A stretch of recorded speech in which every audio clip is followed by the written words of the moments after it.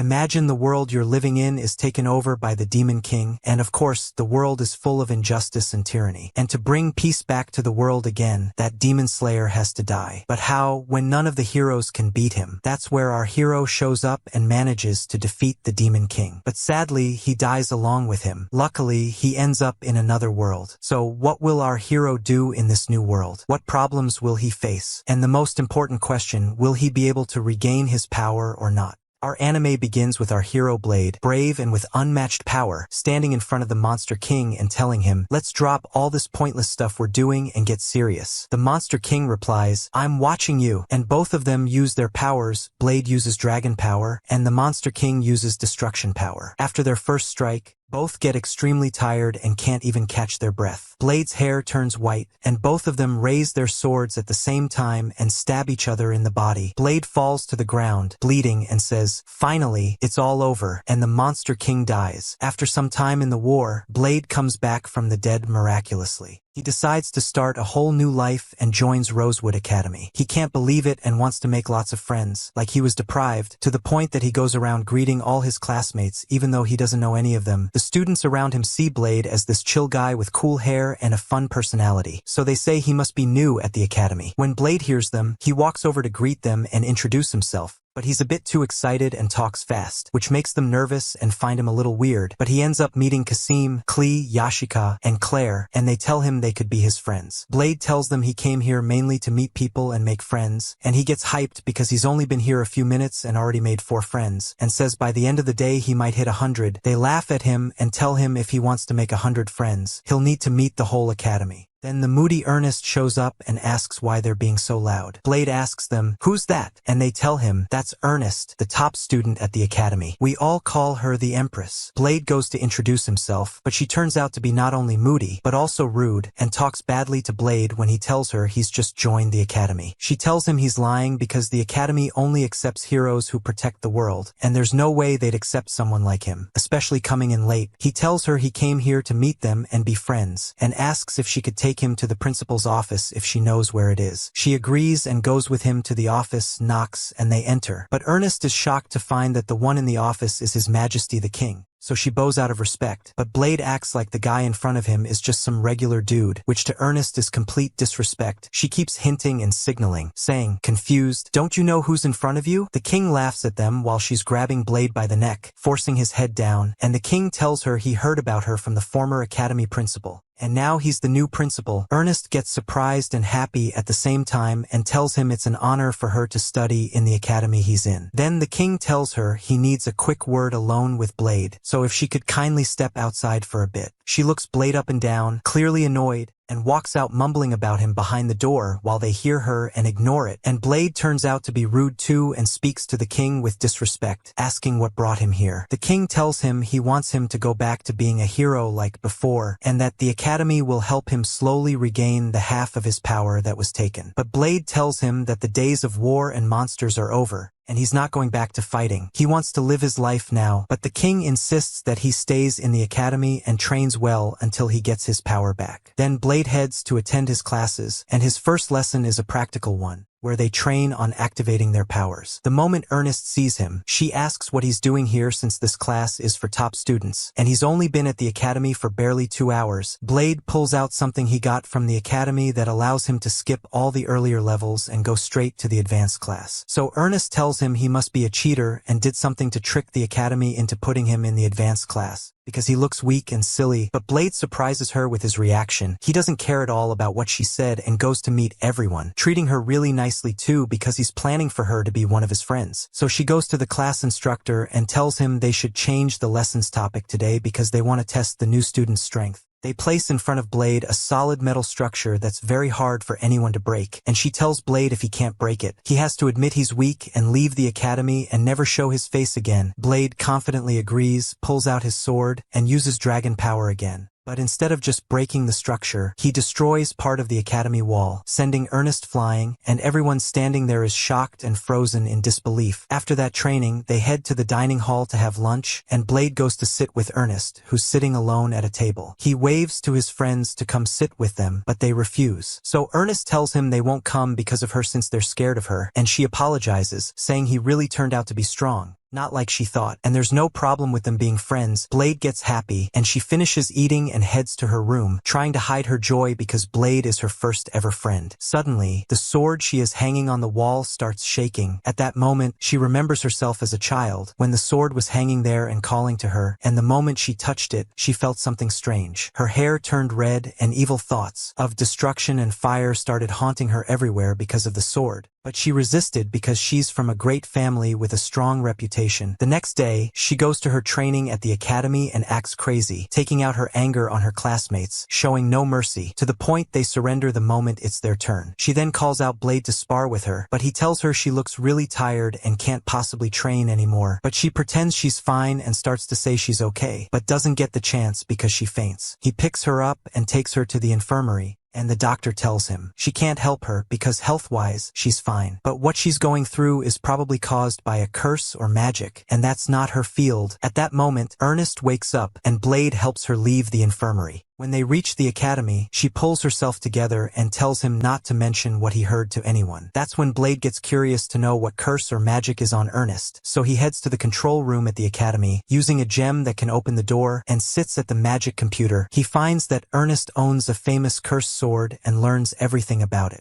He then goes to Ernest and tells her he wants to talk to her about something important. She thinks his intentions are bad and that he's there to blackmail her and take her place in the academy with the info he found, but he tells her she totally misunderstood, because she's the one who matters, not the title or the useless talk she's saying. She believes him and starts talking to him, telling him that when she was little, she accidentally grabbed the cursed sword. Since then, it's been trying to control her, but she's always resisted it. Blade tells her there's only one way to get rid of those thoughts in her head, and that is to let the sword take control. And when it does, the monster inside it will appear, and she must defeat it. She tells him she's scared she might fail. He tells her that if anything goes wrong, he'll be there and defeat the monster himself. That gives her some courage, and she lets the sword control her. The monster appears, and Blade stands back and watches, and sees Ernest coming out of the fiery vortex, telling him she succeeded, and that totally changed Ernest's personality. She literally became a girl who wears dresses and treats her friends kindly. The next day they have training at the academy, and Ernest is the leader and supervisor. She notices Blade training with Ronaldo without his sword, dodging all Ronaldo's attacks with just his body without striking back.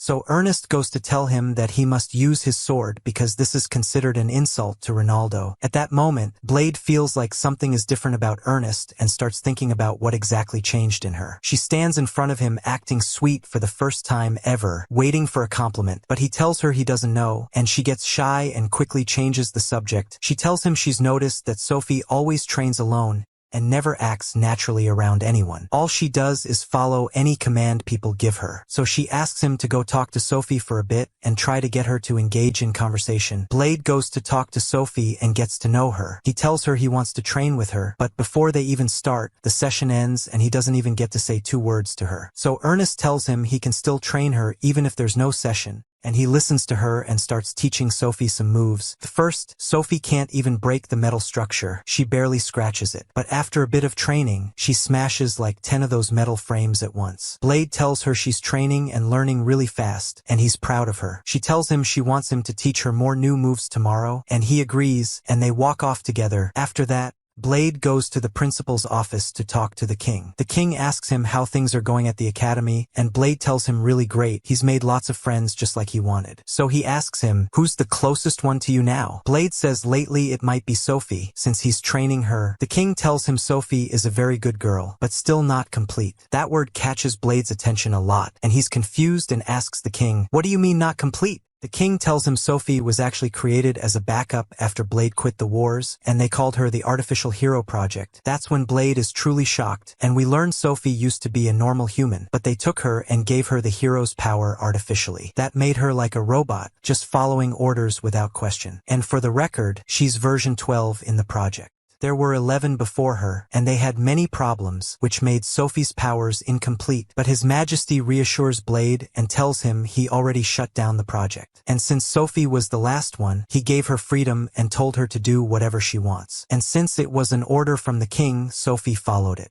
After that, Blade leaves the king's office feeling truly depressed and heartbroken for Sophie, and guilty that she was made as his backup after he retired from war. But then he makes a life-changing decision to give Sophie her life back. So he goes around asking everyone he knows how to make someone live their life and be happy. The first person he asks tells him, with love. So then he goes to Ernest and asks her how to make someone love. She blushes, thinking he's talking about her, and tells him maybe they can go out and talk and walk a bit. Blade takes those words from her and runs straight to Sophie's room and invites her to go out together. She agrees, and as Blade heads to meet Sophie, we find Ernest with Claire and Yashika hiding behind a tree, spying on Blade because Ernest is jealous. As soon as Sophie arrives, Blade pulls out the notebook he's carrying and tells her the plan for the outing. It turns out he made a super detailed schedule down to the minute and second. They start their date, holding hands, and take off. Blade literally takes her around the city. First they go see the fish, then play together and cause a little chaos, and Ernest keeps cleaning up after them. Then they go have drinks together, and this time Blade is the one feeling shy around Sophie because it's his first time going out with a girl. After they finish, Blade opens his notebook and realizes they were supposed to be at the fountain but are running 5 full minutes late, and that makes him super nervous. So Sophie grabs his hand and flies them there to arrive faster. And they do make it. By nighttime, they sit in front of the magical fountain, and the view is absolutely beautiful and enchanting. Ernest can't catch up with them, so they get to sit alone without anyone watching. At that moment, Sophie feels really comfortable with Blade, so she decides to tell him the hidden truth. She shows him her artificial hero power, including how she can break all laws of physics, like cancel gravity or stop time. But since she's an incomplete project, she can't control her abilities well, and they barely last 10 seconds. She tells him everything about the project, hiding nothing. So Blade tells her, since you're being honest, I'll be honest too. I won't hide anything from you. And he tells her he's the original hero the whole project was created for in the first place. He sincerely apologizes to her and starts crying because her life was ruined because of him, but he had no other way out. After every war, he barely escaped death, constantly injured, ending up in the hospital. He never had a normal life. No family, no friends, and even that wasn't good enough for people. Whenever he failed or someone died and he couldn't save them, they blamed him, asking, "Why didn't you save him? Aren't you the great hero?" And that used to kill him inside, until the last time he decided to retire and live a normal life. When Sophie sees Blade in such a broken state, she comforts him and tells him that ever since she got her freedom, she's traveled the whole world to find herself, and saw a world that wouldn't exist in its beauty and peace if it weren't for him. She asks him not to blame himself, because without him, a lot of things wouldn't be here. Blade is moved by her words and thanks her for what she said. It helped him feel a little better. He tells her that his past won't be allowed to affect his new life anymore, and she also promises him that his past will stay a secret just between them. The next day, Blade and Sophie sit with Ernest at breakfast in the academy, and this time it's Blade's friends who want to sit at the same table with Ernest because she's changed, and they all have breakfast together. Ernest tells them today is a very special day because she heard the principal is bringing them a magical beast just for training. But when they all hear this news, they get really scared because it's their first time seeing or dealing with a magical beast, except Blade, who keeps eating and doesn't notice what's happening around him. So Ernest gets annoyed and repeats what she said in front of him to get his attention. This time he hears her, but doesn't really care, so she gives up and goes quiet. But suddenly, a huge tremor hits the academy. Everyone gets scared, and Ernest tells them that must be the beast. It's probably arrived now, and that's why the academy is shaking. They all go to check it out excitedly, but they're shocked to see that the beast invading the academy is a giant dragon. They all get really scared, because dragons aren't just regular magical beasts, they're way stronger. The chance of defeating one at their level is nearly impossible. But Blade acts cool and goes to stand in front of the dragon, still holding his food and eating, and when he sees that the dragon isn't listening and keeps smashing and destroying the school, he jumps and slaps the dragon in the face. The dragon falls and doesn't get back up, and the moment Blade turns his back, they're all shocked to see the dragon has turned into a little girl running toward him and calling him Dad. Everyone stands frozen in shock, and Blade asks them, "Who's that?" Ernest and Sophie tell him the dragon turned into the little girl, but they don't understand how. The girl is clinging to Blade and won't let go, like he's her real dad. So Blade has no choice but to take care of her for now until he figures something out,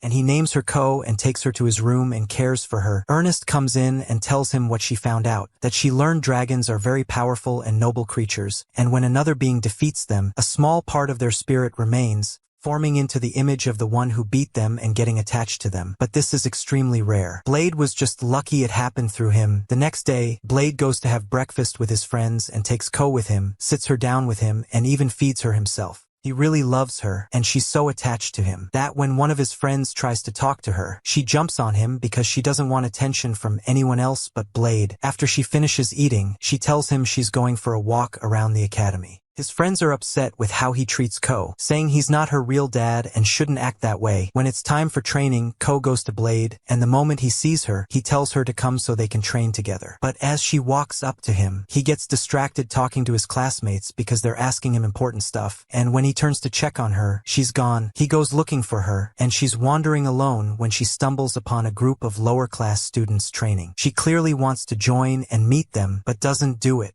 When Blade arrives and tells her to go play with them, she refuses and says dragons can't interact with weaker creatures, and he's the only strong one at this school. She breaks his heart, and he takes her back to his room and puts her to bed. As he's about to sleep, Ernest knocks on the door, so he goes out to talk with her for a bit. She's there to check on him and brings Sophie with her, and she tells him he can't act like Ko's dad forever and that he needs to find another solution. Blade tells her he's just worried about Ko and doesn't want her to feel lonely because they're the two who know exactly how hard that is. So Ernest tells him they need to find a solution, and if he ever needs her help, he should come to her. She leaves, and he returns to his room only to find Ko gone and sitting on the rooftop. He joins her there, and she's staring at the sky, telling him she doesn't need anything in the world except him. That hits him deeply, so he decides to get her attached to someone else strong at school, so she gets used to it, and the only one he can think of is the king, so he takes her to hang out with him for a while. After he finishes his classes, he goes to pick her up, but finds the king in bad shape and looking wrecked.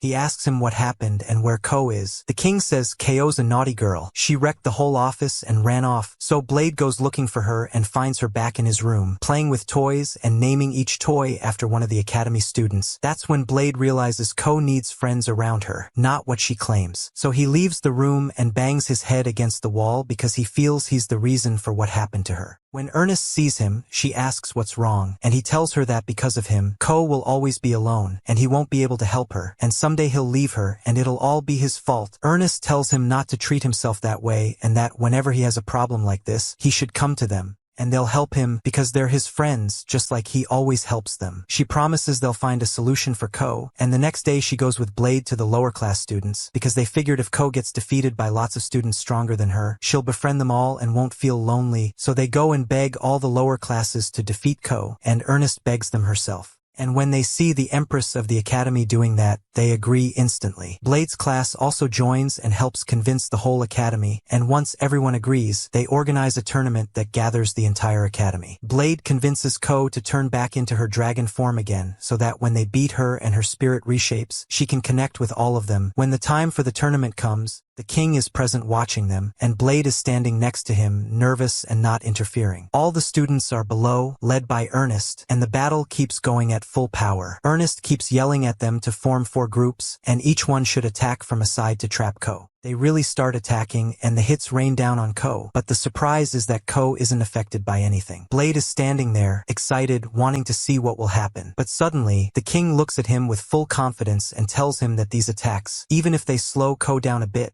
will never defeat her, because dragon skin is so thick, and these attacks won't do anything. And he's right. Ernest sees that all those hits haven't even scratched her, but no one even thinks about giving up. On the contrary, each one decides to attack in their own way. Sophie flies like a hawk and strikes Ko without mercy. Ronaldo, using his cunning mind, digs a hole beneath her feet, and as soon as she steps on it, boom, she flips face first and can't get up. Ernest grabs her sword, which now looks like scrap metal from overuse, and it screams at her, begging her to stop. But she doesn't listen and hits Ko with slashes and fire like a storm, wiping out everything. Suddenly, the crucial moment comes. Ernest raises her sword to the sky, and all her friends run to her, each placing a hand on her shoulder, and their powers begin to gather in the sword. An enormous energy surges from it, and in one single moment, they all attack Ko together, and boom, a terrifying explosion shakes the ground. Ko comes out of it barely alive and admits her defeat, and Blade jumps with joy and rushes to Ko, asking her if she can now consider the whole academy her friends. She agrees because of Blade. If it were up to her, she'd wipe them all out one by one after what they did to her. Blade taps her on the head, telling her to behave and make friends. Everyone already loves her, and when they all sit down to eat together, they fight over who will feed her, and she keeps jumping onto each of their legs so they'll feed her. Blade is happy with what's happening,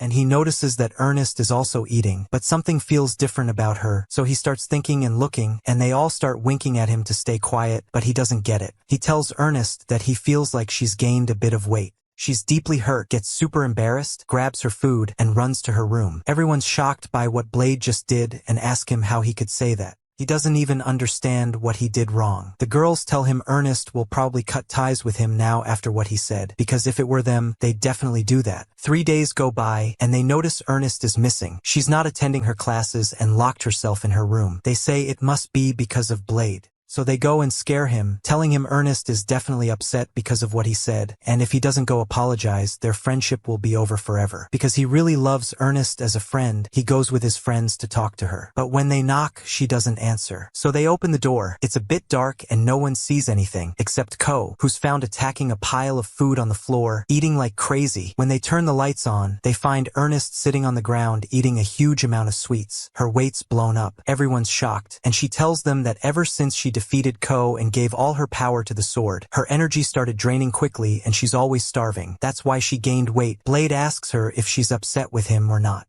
Ernest tells him she's not mad at all, so he says good and leaves, but Claire grabs him by the back of his neck, pulls his hair, and tells him that since he's the reason she gained weight, he better fix it now and say something nice before he walks out. After lots of attempts, he finally tells her that he'll help her lose weight and get back to the Ernest they used to know, because that's their duty as her friends. And starting the next day, they get serious. Ernest doesn't stop dieting and exercising. Blade is with her 24/7 for workouts and running. Her girlfriends bring her healthy, low-calorie meals so she doesn't gain weight, and they even make her go to the sauna to burn more. After all that, they wait for her to step on the scale to see how much she lost. But as soon as she steps on it, the scale glitches and breaks, and it turns out she gained more weight than before. It's a total shock for everyone after everything they did for her. Feeling hopeless, she goes to Blade and tells him there's only one solution left. To use the sword's great power until fire bursts out, then all the fat will burn, and she'll lose weight without effort. Blade tells her it's a good idea, so she starts right away. When the sword's spirit ignites, it asks her which enemy she's supposed to defeat. She tells it there's no enemy. She's doing this just to lose weight, nothing else, but the sword starts burning way too much. She turns into a raging fire beast with endless hunger. That's when Blade jumps in and uses his wind power until the flames go out, and she turns back to normal and slims down.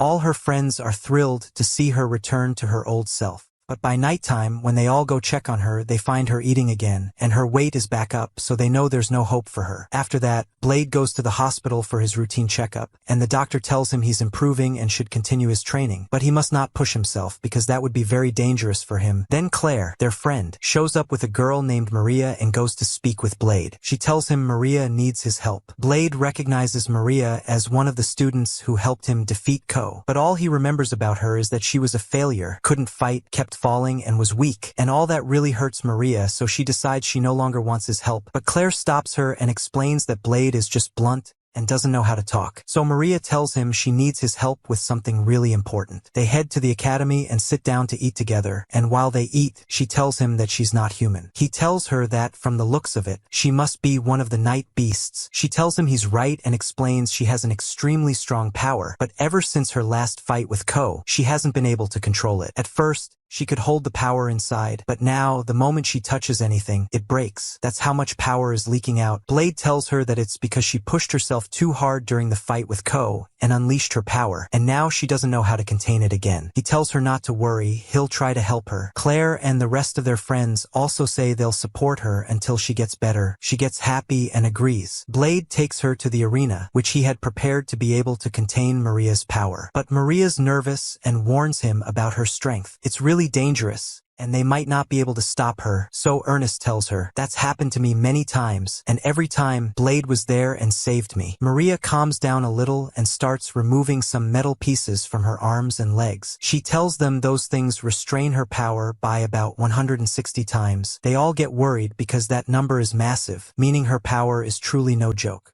And the moment she lets go, an enormous force bursts out of her, pushing them all away. They try to resist, and Blade realizes Maria is transforming, looking exactly like the Monster King. She even has the same mark on her head and the same power. Ernest is the first to decide to attack Maria. She grabs her sword and flies toward her, but Maria sends her flying back with one move. Ronaldo gets mad and charges too, but with just a finger motion from Maria, Ronaldo vanishes without a trace. Sophie flies like lightning from behind Maria and manages to grab her, using the artificial hero power to cancel gravity. It slams Maria into the ground, but not even 10 seconds pass before she recovers, and Sophie collapses to the ground. Then it's KO's turn. She turns into a dragon and breathes fire at Maria, but Maria absorbs all the fire and turns it into a tiny rock, then throws it back to Ko, who falls down burnt. And the only one left is Blade. When he goes to attack her, she blasts him into the barrier he set up, so he says, "No choice now," and uses his forbidden power to finish off Maria, but she breaks his sword and still overpowers him. Then Ernest barely gets up and gives him her cursed sword, saying it's the only thing that'll work on Maria. He takes the sword and uses the same power that defeated the Monster King, attacking Maria, who finally can't resist and is defeated, and he passes out and collapses. They take him to the hospital, and when he wakes up, the doctor rushes to him upset because she had warned him not to use that power since it's very dangerous for his life. He tells her he had no choice, and she asks him not to worry her again and to follow her advice. She reassures him that all his friends are okay, and Claire is using healing magic to treat them. Once he's out of the hospital and returns to the academy, he finds Maria in her Monster King form, acting weird. She tells him she found out the little secret he's hiding from everyone, that he's the great hero. He asks her not to tell anyone and to act like he's a normal student here at the academy, just like everyone else treats him. Then he goes with his friends to the king's room because the king asked for them. He tells them he knows what happened with Maria, but there are things they need to know. First, he's the one who allowed Maria into the academy. Second, her mother is human, but her father is the Monster King. Blade is shocked. His suspicion was right, and he had just unlocked the power of the daughter of his greatest enemy. After they leave the king's office, they find Maria speaking arrogantly because she's stronger than them and showing off her power. Claire, her friend, is afraid of her and tells Blade that this isn't the Maria she knows. She wants her real friend back. At night, when Blade is finally exhausted and wants to sleep, Maria appears flying outside his window and tells him she wants to talk for a bit. When he refuses, she grabs him by his clothes and they fly to the rooftop. She tells him she knows Claire and the others are worried about the Maria they used to know, but that Maria is now living inside her mind, and she doesn't think she'll ever come back. When Blade asks her why, she tells him that when Maria was little, she lived with her mother. All she knew about her father was that he was dead. When her mom passed away, she got lost and was completely alone. It was extremely hard on her. So when the new Maria was born, the old one decided to live inside her, just to stop thinking and forget about her past and anything related to her father. Blade tells her he'll help and find a way to bring Maria back. She agrees, and the next day they all gather and bring in another girl to help. The girl tells them that the necklace around Maria's neck might help because she suspects it's an old recording device used to store a message for the wearer. When opened, the message will play, and through it, they might be able to enter Maria's consciousness and convince her to come back. But doing that would lead to the end of the new Maria, the Monster Queen. Maria agrees, and they open the necklace. Inside is a message from her father, the Monster King, telling her mother to take care of herself well. He says he loves her very much and knows she's upset because he left, but he has duties he must fulfill, and it's out of his hands. He asks her to protect their unborn child, and says if it's a girl, name her Maria. The moment old Maria hears that, she realizes her father did love her. She finally understands everything she had been wondering about. Her friends call out to her, and when she hears them, she decides to come out. They succeed, and Maria returns to them. But the surprise is that the old Maria did something great.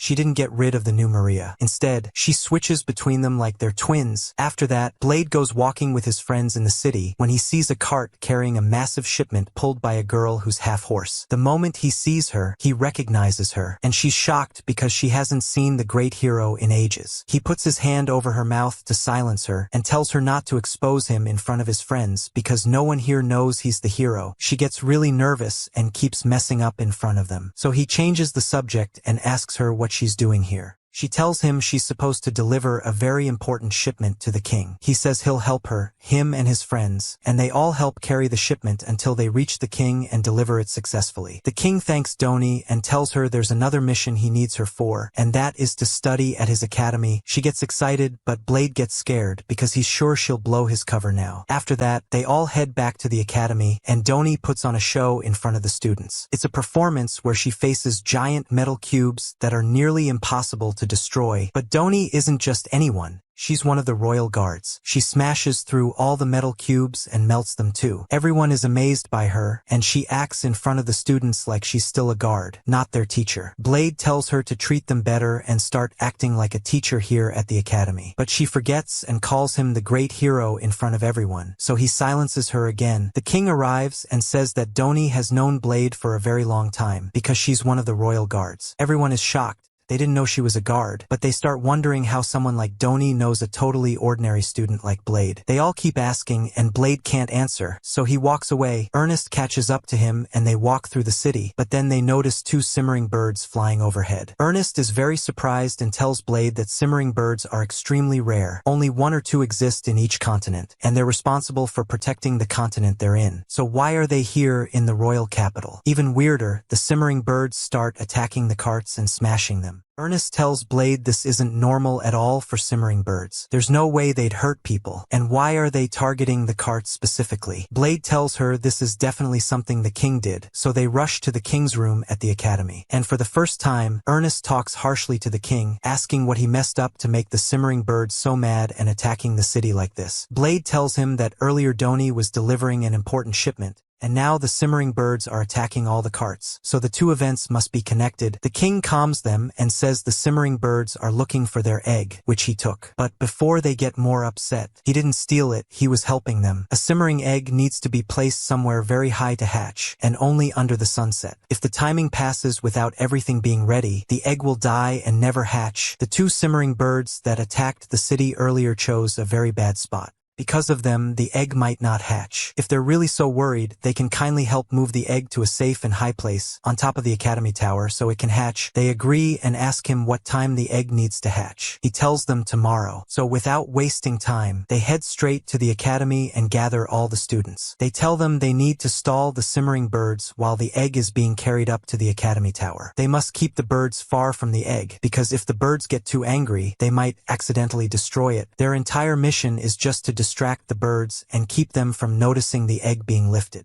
An hour before sunset, their mission begins. They split into two groups. One attacks the first simmering bird, the other the second. The first group comes up with a plan. Tie iron wires around the simmering bird and attach them to the buildings to hold it back until sunset. But when they do, the bird flies off dragging the buildings with it. The plan fails, but the second simmering bird is attacked by Ko, Maria, and Ernest. Ko uses her dragon power and breathes fire at the simmering bird, but it's unaffected. Instead, Ko gets scared and runs off. Maria transforms into the monster queen and strikes the simmering bird, which weakens it a bit. Ernest follows up and burns it with her fire. Blade gives the signal to the academy to start lifting the egg now that they've got this bird under control. But the egg gets stuck halfway, they can't lift it higher. And worse, the first simmering bird that escaped is now flying toward them and has noticed the egg. They tell Blade to go and try lifting the egg up to the tower, while they cover his back and hold off the raging bird. At that moment, Blade remembers when he was fighting the Monster King, and his team told him the same words, so he gets nervous for them. But Ernest reassures him, saying they can handle it. He's seen them do it before. Blade trusts them and starts climbing the tower to lift the egg, but it's really hard for him. Doni shows up and tells him to climb on her back. She'll get him up the tower. He listens, and as soon as they reach the egg, Blade tries to lift it, but it's way too heavy. Doni tells him to hold it tight. She'll push it up from below. And she really is strong. She manages to push the egg until they finally get it to the top of the tower. The king is waiting up there and thanks them for completing the mission. But suddenly, the simmering bird comes toward them. The king tells them to leave it to him. He steps in front of the bird and starts speaking in some strange language to stop it, but the simmering bird knocks the king away. He crashes into the egg, hits his head, and passes out. Just like Blade expected, the king couldn't do anything. So Blade is forced to step in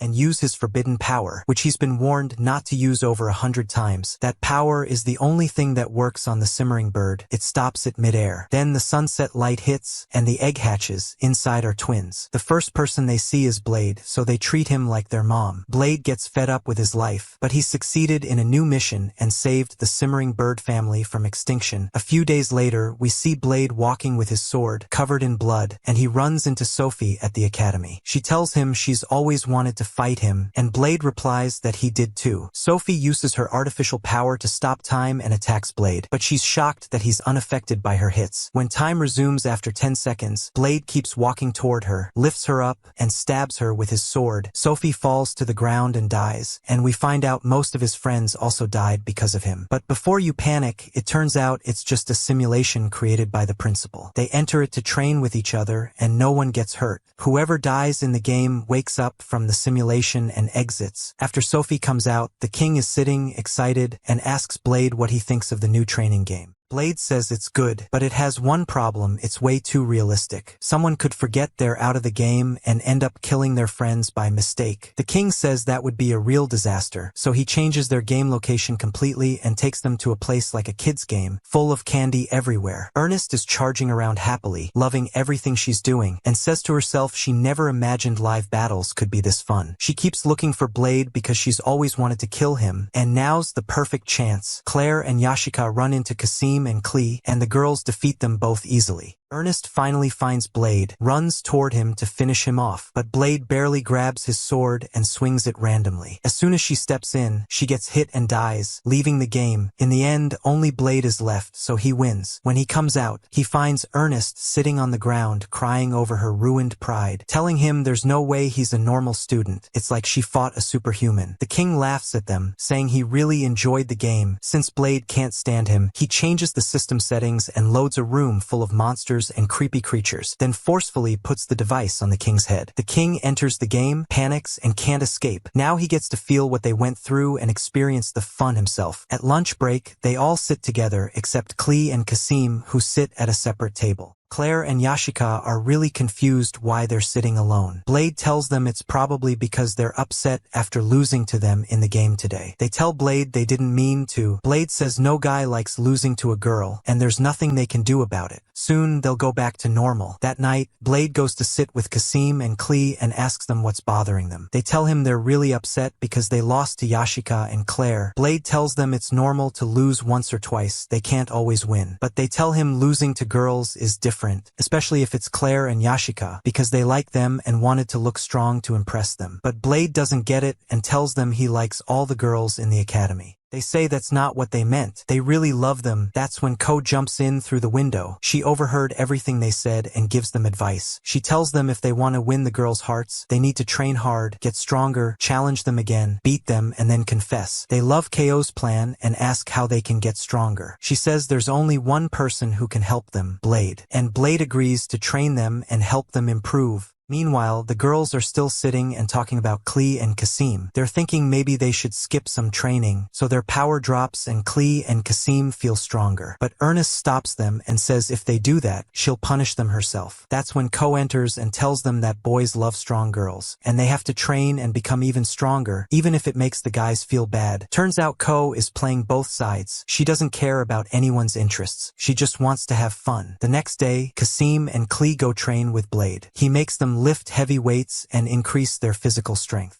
Once he feels they're ready, he arranges another game with Yashika and Claire, and Ernest will be the judge. They all agree, and the battle begins. We expect Klee and Kasim to be stronger or at least last longer in the fight, but we're shocked when from the very first hit, Yashika knocks Klee out and Claire takes out Kasim, because they had also been training with Ernest and the girls. They learned and gained skills from each other, so their power increased a lot. But this time, the boys leave the game without feeling upset, admitting defeat to the girls, and that they really are stronger than them, and there's no shame in that. After that, the girls find a super cute-looking robot standing at the academy gate, and they instantly fall in love with it. They ask what it's doing here, and it shows them a picture of Blade, saying it's looking for him. So they take it to the academy arena where Blade is training, working on storing his power so that when he releases it, he can control it properly without hurting himself. The moment Blade sees the robot, he destroys it immediately. The girls ask him why he did that, and he tells them the robot is one of the guards from the lower library. came up from underground to kill him. Then the robot reassembles, but this time in the form of a girl. Blade destroys her once, then again and again. She keeps regenerating, and they get fed up and ask him to explain what's going on. He tells them that this type of guard is found in the lower library. He's entered the library several times looking for more information about Ernest's sword, and this robot kept trying to stop him. He had to destroy it every time, so it came up from underground to finish him and stop him from returning to the library ever again. When the robot rebuilds again, the girls stop him from destroying her. Claire goes and talks to her and finds that the name Yona is written on her body. She asks Yona why she wants to kill Blade. Yona says Blade broke into the library many times, and because of him, she got scolded around 100 times by the guard leader and was fired because of him. She won't return until she finishes him because the girls like her a lot. They invite her to rest at the academy and promise they'll think of a plan to take Blade down together. They say all this right in front of him and don't care. After that, they go to Elise the problem solver. Blade sees them chatting with Yona, loving her, and even thinking of helping her take him down, so he gets upset and walks away. Sophie catches up to him and asks why he kept destroying Yona, since that's not his style. He tells her Yona is a robot and rebuilds every time, so it didn't matter to him. Sophie asks what he'd do if Yona ended up getting destroyed for real because of him. He says he doesn't know. He's never thought about it that way. Meanwhile, Yona tells the girls that she took the form of a girl so Blade would be nice to her and not destroy her like before, but it didn't work. Ernest says she has a solution to make Blade stop destroying her, because they know Blade is a kind person and would never destroy her. He only did it because he knew she'd rebuild. Ernest's plan is to disconnect Yona from the main board, so she becomes independent and gains full control over herself. That way, if Blade destroys her, she'll actually die, and he won't do that. To prove it, they tell Blade they'll hold a little match between him and Yona. When Blade agrees, Yona stands before him and tells him she's disconnected from the main board. This will be her first solo fight, and if she dies, she's gone for good. Blade is shocked and doesn't know what to do. When she attacks, he refuses to fight back to avoid hurting her. She launches at him like a missile, beating him into the ground until he surrenders. She wins, and everyone cheers her name. Happy she's now one of them, she goes to have lunch with them at the academy. But during lunch, Yona tells them that ever since she disconnected from the main unit, she's been feeling strange. She tried to contact the main unit several times but failed. It fully rejected her for being a traitor. This caused her internal control to begin a self-destruct countdown because no one is managing her. Everyone is shocked because this means Yona will die, but she tells them it might stop if she gets a new manager. She asks Blade to become her new manager,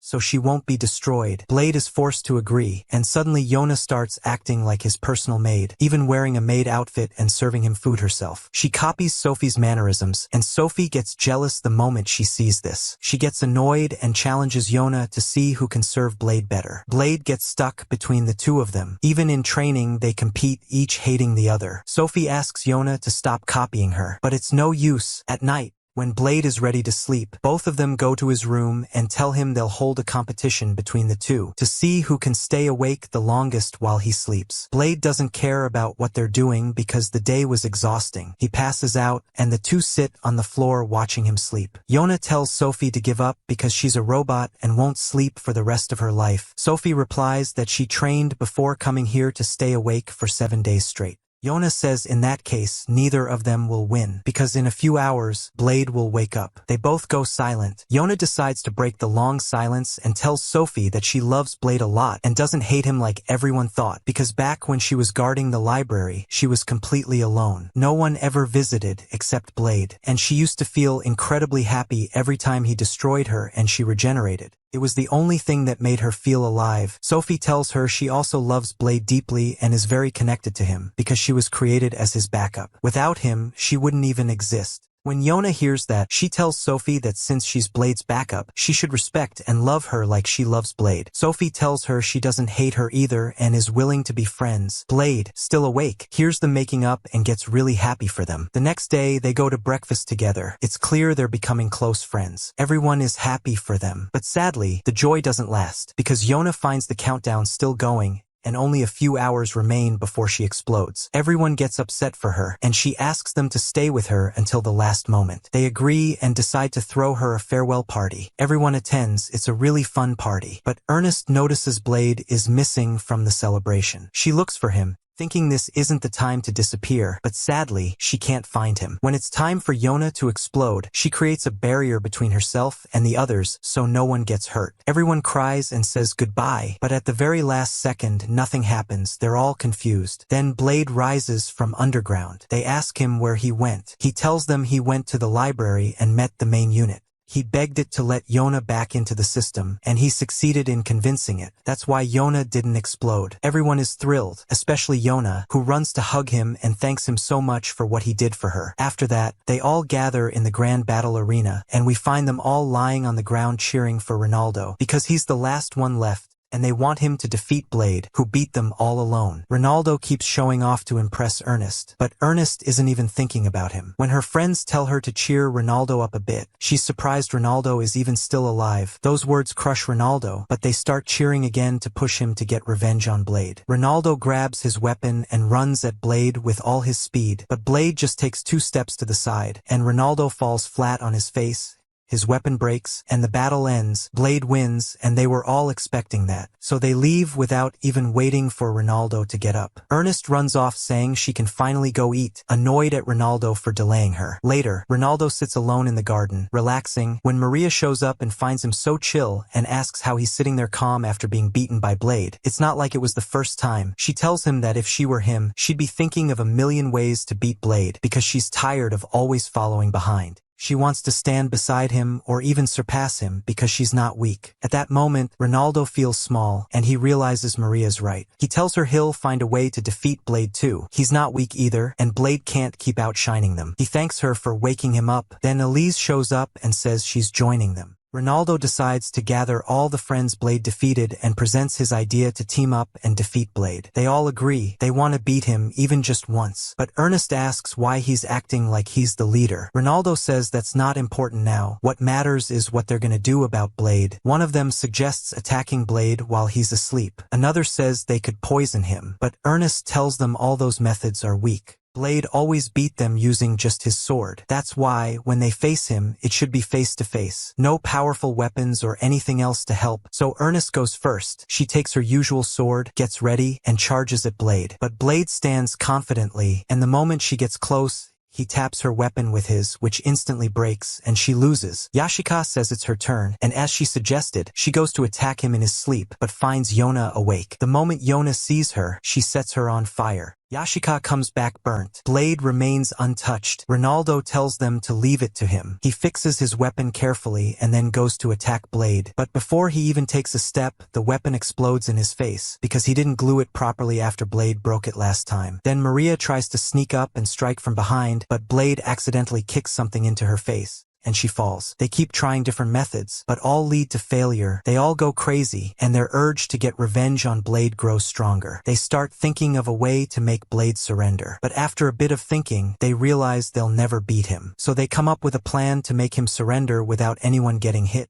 by using their lives as leverage. Just like with Yona, when Blade knew she'd be in danger, he didn't fight back and surrendered. They'll use the same trick on him. The next day, they have a medical class taught by Blade's doctor. Blade notices Klee, Kasim, and Ronaldo are missing and asks the girls about them. They get nervous and ask him to focus on class so the doctor doesn't notice. Then suddenly, 3 people in masks come in and kidnap the doctor. When she asks what's going on, one of them whispers and tells her to pretend she's being kidnapped. Apparently, the doctor had always wanted to be an actress, so she starts screaming and calling for Blade to save her. Ernest tells Blade that a group of terrorists came to kidnap the doctor, and she pretends to go save her. The girls follow, but the so-called terrorists take her as hostage too. They all start yelling for Blade to come rescue them, and Blade watches the scene unfold, completely confused. When Ernest sees he's still sitting and not moving, she gets mad and yells at him to come save her. The terrorists warn him that if he does anything, they'll finish Ernest off right there. Turns out Blade was confused because he already recognized that the ones in the masks were Ronaldo, Klee, and Kasim. He asks them what they're doing. Everyone's shocked they got exposed. They ask how he knew it was them. He tells them by their weird walk. He's never seen anyone walk like that. They're all upset that all their effort and acting went to waste. But Blade turns out to be dumb. Even though he figured out his friends were in disguise, he still believes they really kidnapped the girls. So they go along with it and pretend it's true. Ronaldo tells him he knows Blade is weak against his friends and asks him to surrender. They They all start begging him to just say the words, "I surrender." But the moment Blade draws his sword, a powerful gust of energy blows over them like a storm. They all fall to the ground, unable to get up. Ernest stands, furious, and literally bursts into flames, charging at Blade, but a second later, she's lying on the ground next to the others. In the end, they all surrender and give up trying to make Blade surrender. The next day, Ernest is with Blade walking around the academy, and they see a girl celebrating her birthday. Blade doesn't really understand what she's doing, so she tells him she's celebrating with her friends. Blade replies that all of this is pointless and no one's ever celebrated him before. Ernest is shocked and goes to ask Dion about the day Blade was born, but Dion doesn't know the exact date. All she knows is that it should be his birthday in about a month from now. So she gathers her friends to think of a gift Blade would actually like. One of them says Blade always eats one specific meal and really loves it, so they could make it for him with a small party, and she's sure he'll be really happy. They all love the idea. The king just happens to be passing by and overhears them. He tells them it's a great idea, and that he'll help them create the best dish in the world out of Blade's favorite food. But the king always likes to go overboard, so he gathers all the students and takes them outside the academy, building large gates and saying that the gates won't open until they complete the missions he gives them. The first mission, as announced by the king's assistant, is that they must gather around 11 billion calories. By hunting monsters, eating them, and collecting their meat. They have only 3 days to complete the mission. Blade stands there shocked and confused, not understanding the purpose of what they're doing. When he talks to his friends,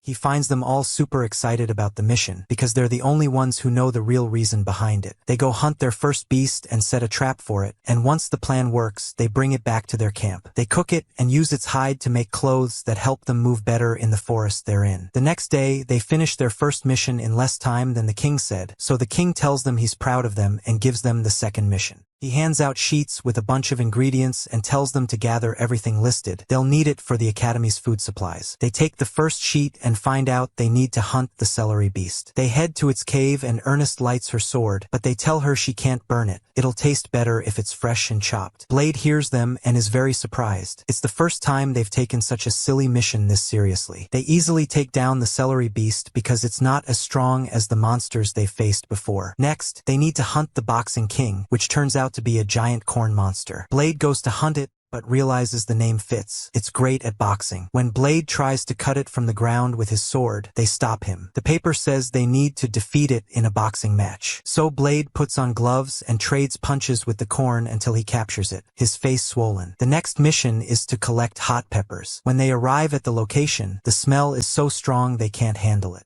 They all start crying, even Yona, who technically doesn't have tear ducts, cries too. Then they go to hunt the sunflower blossom. At first, the field looks really peaceful and beautiful, but as soon as they take one step forward, all the flowers fire laser beams that burn them. Still, they manage to catch it in the end. Then they go to catch the screaming carrot. When Blade tries to pull it out of the ground, it screams so loudly it deafens everyone. Ernest apologizes because it was her fault. She didn't read the last line that warned about the cursed carrot's scream. Yona tells everyone to cover their ears. She'll catch the carrot because she won't be affected by the noise. She succeeds and catches the carrot, and now they've collected all the ingredients on the list. They ride the giant carrot and fly back to camp. They all sit down and eat dinner after the tough and long day they've had. Everyone is exhausted, and the king tells them there's just one final mission left that they'll do tomorrow, and they must prepare well for it. The next day, the final mission is to hunt the meat for the main dish. Turns out they need to hunt a massive cow beast, and the king gives the task to Blade since he's the strongest. Everyone cheers for him, but suddenly, a huge monster appears, as tall as a building, and eats the cow they were going to hunt. The king doesn't cancel the mission. Instead, he says that the behemoth's meat will be way tastier and more satisfying, and tells them to go hunt it. Blade says, "Of course, you've got nothing to lose." But instead of letting Blade fight it alone, everyone decides to join and support him. Ernest uses her sword's ultimate power. Sophie uses her artificial skill, though it only lasts 10 seconds. Everyone launches from a different direction to attack the monster. But the moment the monster steps down, the shockwave blasts everyone away in different directions, leaving only Blade standing alone in front of it.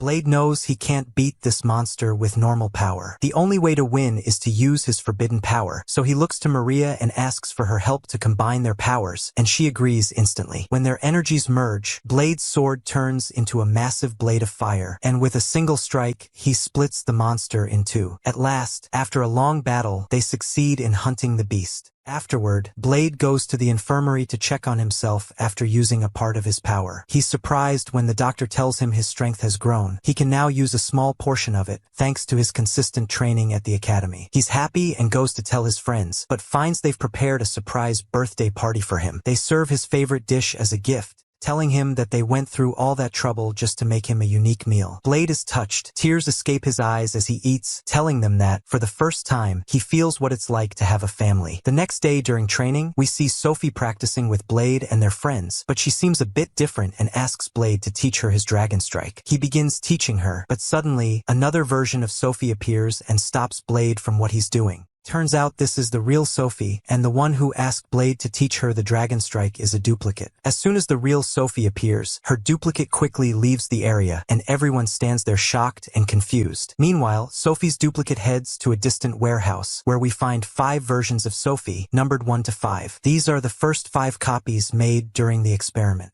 She tells them she managed to learn something about the dragon strike. They tell her that's not what they were trying to do. They wanted to eliminate Blade. She tells them what she learned might help them take Blade down, and she transfers all the information she gathered in data form. Then they tell Sophie number 3 it's her turn to infiltrate the academy and try to eliminate Blade. The next day, we see Blade at the training field, and Sophie number 3 asks him to train with her. But everyone realizes this is a copy of Sophie because she acts strangely, so they go along with her behavior, and Blade agrees to her request. But when the real Sophie sees her copy, she attacks her. The copy gets scared and runs away. Sophie's friends don't know what to do about this new problem, so they sit down to lunch and talk it over, trying to figure out what Sophie's copies want. Since they don't know anything, they assume these might be Sophie's twin sisters. One of them says she suspects Sophie's sisters are evil and came to take out Blade, so they need to protect him and think of a plan to get rid of them. They try to speak quietly so they don't hurt Sophie's feelings, but she hears them and tells them she's willing to sacrifice herself for Blade